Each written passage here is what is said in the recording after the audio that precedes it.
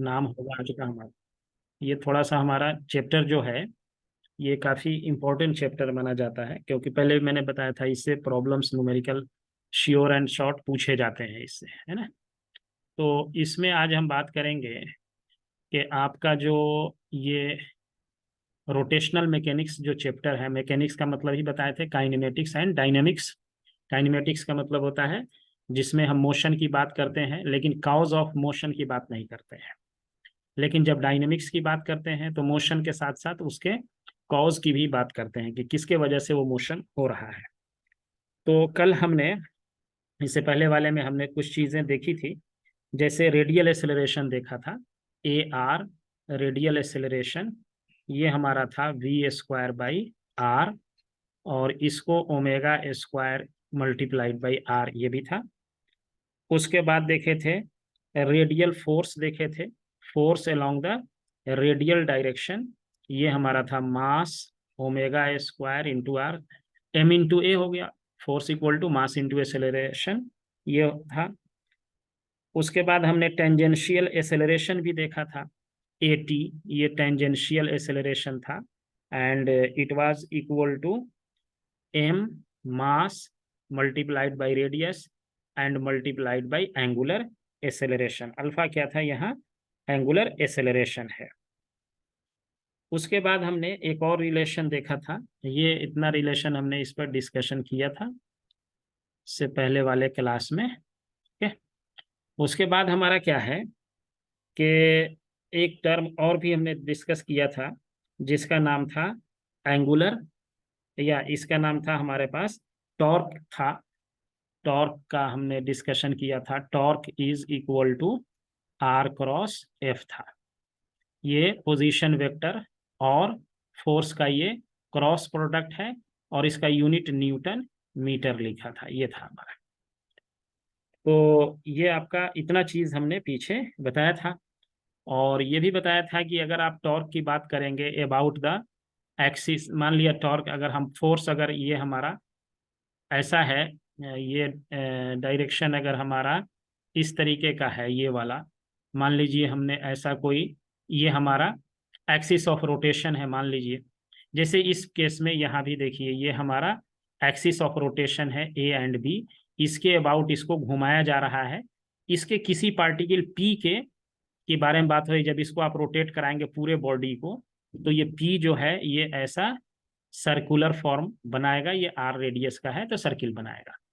अब मान लिया कि ये फोर्स कोई जाके इसके एक्सिस ऑफ रोटेशन पे अगर यहाँ फोर्स लगा रहा है, तो यहाँ पे टॉर्क की वैल्यू जीरो हो जाएगी, क्योंकि इसमें ये आर का वैल्यू जीरो हो गया, ये एक्सिस ऑफ रोटेशन पे कोई भी रखा हुआ है, इस पे एक्सिस ऑफ रोटेशन पे है तो उसमें आर का वैल्यू जीरो होगा, तो टॉर्क की वैल्यू जीरो होती है। ये हमने डिफरेंट कंडीशंस वगैरह देखे थे।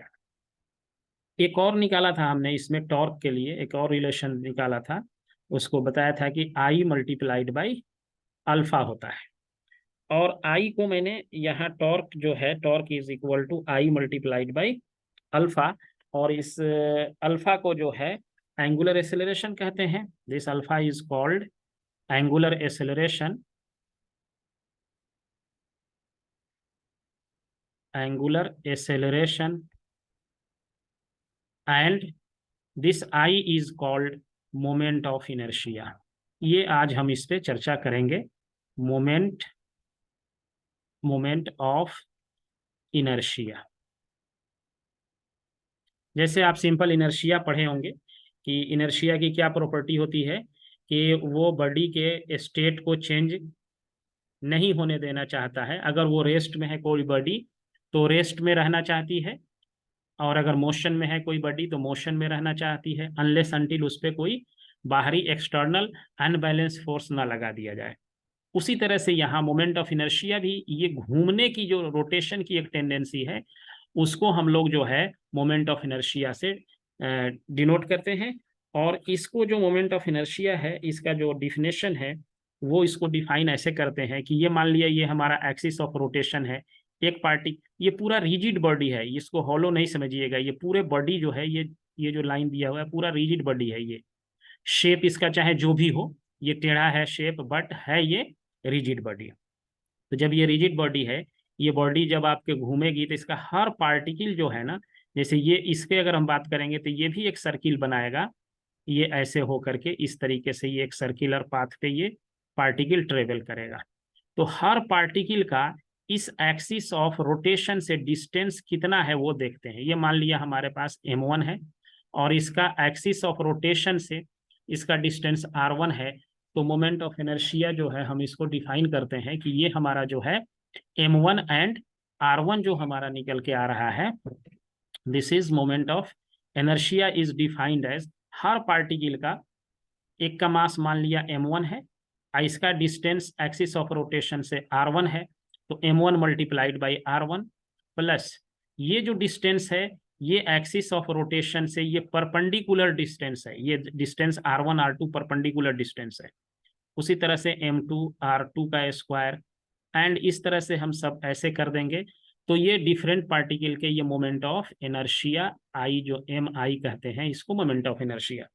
r1 एंड r2 ये जो है r1 r2 are perpendicular distance from the axis of rotation, perpendicular distance from the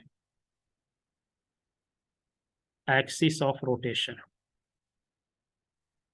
axis of rotation से ये परपेंडिकुलर डिस्टेंस है, जैसे ये हमारा एक्सिस है, इसके ये आपका जो है ये एक सेकेंड,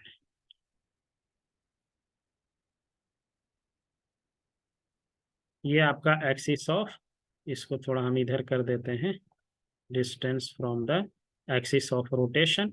ये एक्सिस ऑफ रोटेशन से जो डिस्टेंस है दैट इज इंपॉर्टेंट थिंग। ये आपका जो डिस्टेंस यहाँ से ये एक्सिस ऑफ रोट, अगर ये इस पार्टिकल का है तो इस एक्सिस ऑफ रोटेशन से इसका परपेंडिकुलर डिस्टेंस क्या है, ये m1 है। अगर ये मान लिया 1 सेंटीमीटर है या 1 मीटर है मान लीजिए, तो 1 m1 मल्टीप्लाइड बाई 1 का स्क्वायर हो जाएगा। ये मान लिया कोई पार्टिकल यहाँ पे है एक्सिस ऑफ रोटेशन से, ये मान लिया तो ये m2 है और ये डिस्टेंस मान लिया हाफ है, तो m2 इंटू 1/2 का स्क्वायर हो जाएगा। इस सब को जब हम ऐड कर देंगे तो टोटल मोमेंट ऑफ इनर्शिया जिसको हम mi या मोमेंट ऑफ इनर्शिया आई कहते हैं, ये होता है समेशन ऑफ mi ri का स्क्वायर, हियर i ये 1 से n तक चेंज होता है, ये n से, यानी एक बार i का वैल्यू हम 1 डालेंगे तो ये हो जाएगा m1 r1 का स्क्वायर प्लस m2 r2 का square and plus so on, plus हो जाएगा mn rn का स्क्वायर। ये mn nवा पार्टिकल है, rn डिस्टेंस पे है, ये m2 पार्टिकल है, r2 डिस्टेंस पे है। इस तरह से ये आपका मोमेंट ऑफ इनर्शिया का ये रिलेशन आता है। तो ये हमारा मोमेंट ऑफ इनर्शिया का एक जनरलाइज बात हमने करी कि ये वाला मोमेंट, लेकिन अलग अलग ये शेप के ऑब्जेक्ट के लिए ये मोमेंट ऑफ इनर्शिया का वैल्यू अलग अलग आएगा। ये जनरलाइज बात करी, डेफिनेशन हमने बताया आपको, बट अगर बॉडी हमारा अलग अलग शेप का है तो उसका मोमेंट ऑफ इनर्शिया क्या होगा, अलग अलग होगा। अब मान लीजिए कि आपके पास अगर ऐसा है, moment of inertia of simple geometrical shape में be calculated using technique of integration, से हम लोग इसको कैलकुलेट करते हैं। ये जो आपका टॉर्क का जो ये इक्वेशन हमने जो ये लिखा है, torque equal to I into alpha, ये जो लिखा है आई है मोमेंट ऑफ इनर्शिया और अल्फा क्या है, एंगुलर एक्सेलरेशन है। ये is not an independent rule of nature, ये not independent rule of nature, not independent rule of nature. इसका क्या मतलब है, not independent rule of nature, it is derived from the Newton's law of motion. ये जो है ये derive किया हुआ है, it is derived from Newton's law of motion, derived from Newton's laws of motion. ये न्यूटन लॉ ऑफ मोशन से ही तो निकला हुआ है ये, इसीलिए इंडिपेंडेंट रूल नहीं है। जैसे हम लोग first law, second law, third law पढ़ते हैं तो वो इंडिपेंडेंट रूल है, बट ये उसी रूल को यूज करके ये चीजें यहाँ निकाले हुए हैं हम लोग। तो टॉर्क का जो रिलेशन है ये आप ध्यान रखिए कि टॉर्क का हमारे पास दो कंडीशन हमने अभी स्टडी किया। टॉर्क का एक कंडीशन है कि टॉर्क इक्वल टू, ये क्या है, force, torque is r cross F है, ये है। और दूसरा ये निकला हमको torque equal to I into alpha. ये दोनों चीजें, ये इसको कहते हैं आर एफ साइन थीटा कहते हैं। अगर आपको सबसे ज्यादा टॉर्क चाहिए तो आर एंड एफ के बीच थीटा जो है ये अगर 90 है तो ये टॉर्क आपकी क्या होगी, मैक्सिमम होगी। Torque will be maximum if theta is 90 degree.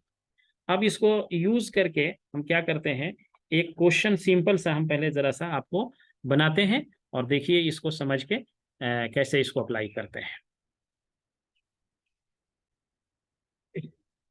तो ये आपका जो है कि एक प्रॉब्लम है जिसमें ये कह रहा है a wheel of radius 10 centimetre. एक व्हील है, ये व्हील है, इसका रेडियस क्या है 10 centimetre, can rotate freely about its centre as shown. ये सेंटर के अबाउट जो है ये फ्रीली ये व्हील जो है ये रोटेट करती है।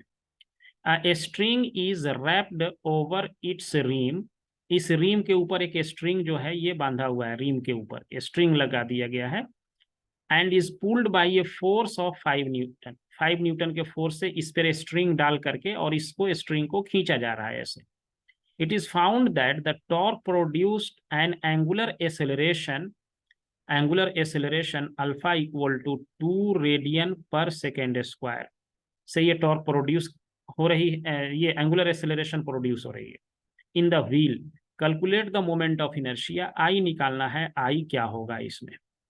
आपको आपको देखिएगा इसमें क्वेश्चन में कि ये बहुत बहुत चीज इसमें पूछ दिया है, लेकिन अगर टॉर्क का कंसेप्ट आप जानते हैं तो टॉर्क के कंसेप्ट से आप इसको इमीडिएटली एक लाइन में आप इसको बना सकते हैं टॉर्क का कंसेप्ट यूज करके। टॉर्क क्या होता है, I cross I and alpha का प्रोडक्ट है। I is moment of inertia, alpha is angular acceleration. तो इसमें आपको देखिए कि ये अल्फा आपको दे रखा है, आई जो है निकालना है, और टॉर्क का एक और रिलेशन क्या है, आर क्रॉस एफ भी तो है। टॉर्क इज ये है ऐसे, और ये आई इंटू अल्फा हो गया। और आर क्रॉस एफ को आप लिख सकते हैं r F sine theta equal to I into alpha. अब इसमें देखिए यहाँ पे आइए, टॉर्क ये फोर्स ऐसे लग रहा है और ये रेडियस कैसे है, ऐसे है। इस दोनों के बीच ये एंगल कितना है, ये आर है, यही एंगल 90 डिग्री है। तो force and multiplied by this distance is called torque. यानी ऐसे है एक और ये ऐसे है, तो इधर रेडियस है ये वाला आर है, और इधर आपका इधर नीचे की तरफ फोर्स लग रहा है।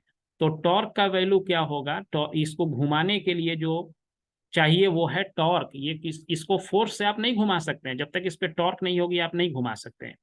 तो torque is r cross F है।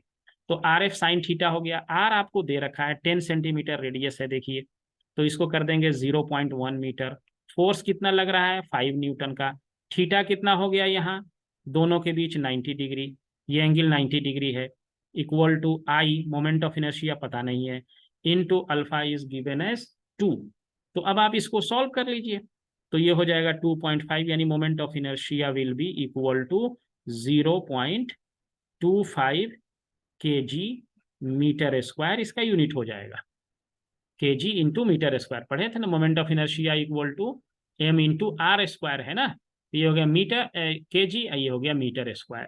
तो मोमेंट ऑफ इनर्शिया का यूनिट जो है, तो ये आपका मोमेंट ऑफ इनर्शिया क्या हो जाएगा, 0.25 kg मीटर स्क्वायर हो जाएगा। देखिए कितना सिंपल वे में ये चीजें समझ में आ गई। अगर आप इसको क्या कहते हैं, अगर आप इसके कंसेप्ट को समझते हैं तो ये क्वेश्चन हेल्प सॉल्व करने में काफी हेल्प करता है। जितना बड़ा क्वेश्चन नहीं है उससे छोटा ही एक लाइन का, इनफैक्ट आंसर तो एक ही लाइन का है ये। यहीं से लिख करके यहीं से आप निकाल सकते हैं, सब वैल्यू दे रखा है, एक लाइन में इसको सॉल्व कर सकते हैं। तो ये आपका बॉडी जो है क्या निकाला, मोमेंट ऑफ इनर्शिया हमने निकाला है। अब देखिए कि अगर हम इक्विलिब्रियम की बात करें बॉडी के इन रोटेशनल मोशन, अगर हम इक्विलिब्रियम की बात करते हैं कि बॉडी में कोई रोटेशन नहीं होगा, तो रोटेशन नहीं होने का क्या मतलब है किसी भी बॉडी में। फॉर रोटेशनल इक्विलिब्रियम के लिए बात होगी, अगर हम बात करें for rotational equilibrium, equilibrium rotational equilibrium का क्या मीनिंग है कि ये जो टॉर्क है आपका, टॉर्क की जो हमारी बात होती है, तो ये टॉर्क जो है हमारा summation of all the torque, जितना भी, मान लीजिए किसी एक पार्टिकुलर डायरेक्शन में अगर हम जेड एक्सिस की तरफ बात करें, ये अगर जीरो है तो हम कहेंगे कि ये रोटेशनल इक्विलिब्रियम में है। यानी एक्सटर्नल फोर्स, जैसे कि अगर आपको लीनियर मोशन में इक्विलिब्रियम की बात आप जैसे करते हैं, मान लिया एक फोर्स इधर लग रहा है, एक फोर्स इधर लगा रहे हैं, कुछ फोर्स ऐसे आ रहा है, कुछ फोर्स ऐसे आ रहा है। अब अगर इसका ये F1 है, ये F2 है, ये F3 है, ये F4 है, अब इसका सबका वेक्टर सम निकालें, F1 plus F2 plus F3 plus F4, मान लिए 4 फोर्स है, सबका वेक्टर सम कर दें और वो जीरो हो, तो ये कहेंगे कि ये बॉडी इक्विलिब्रियम में है। यानी इस बॉडी पे कोई एक्सटर्नल फोर्स जो है वो नहीं एक्ट कर रहा है, तो इस बॉडी को हम कहेंगे कि इक्विलिब्रियम में है। ओके। उसी तरह से अगर किसी बॉडी पे सारे टॉर्क का इफेक्ट जो है अगर जीरो हो जाए, कोई बॉडी इस शेप में हो, एक फोर्स इस पे इधर लग रहा है, यहाँ इसका एक्सिस ऑफ ये रोटेशन है ऐसे, और एक फोर्स इधर लगा रहे हैं, लेकिन ये बॉडी कहीं घूम नहीं रही है, तो हम कहेंगे सारे टॉर्क का sum along the z axis zero, so this is called equilibrium of the body along the z axis कहलाएगा। यानी कोई एक्सटर्नल फोर्स टॉर्क इस पे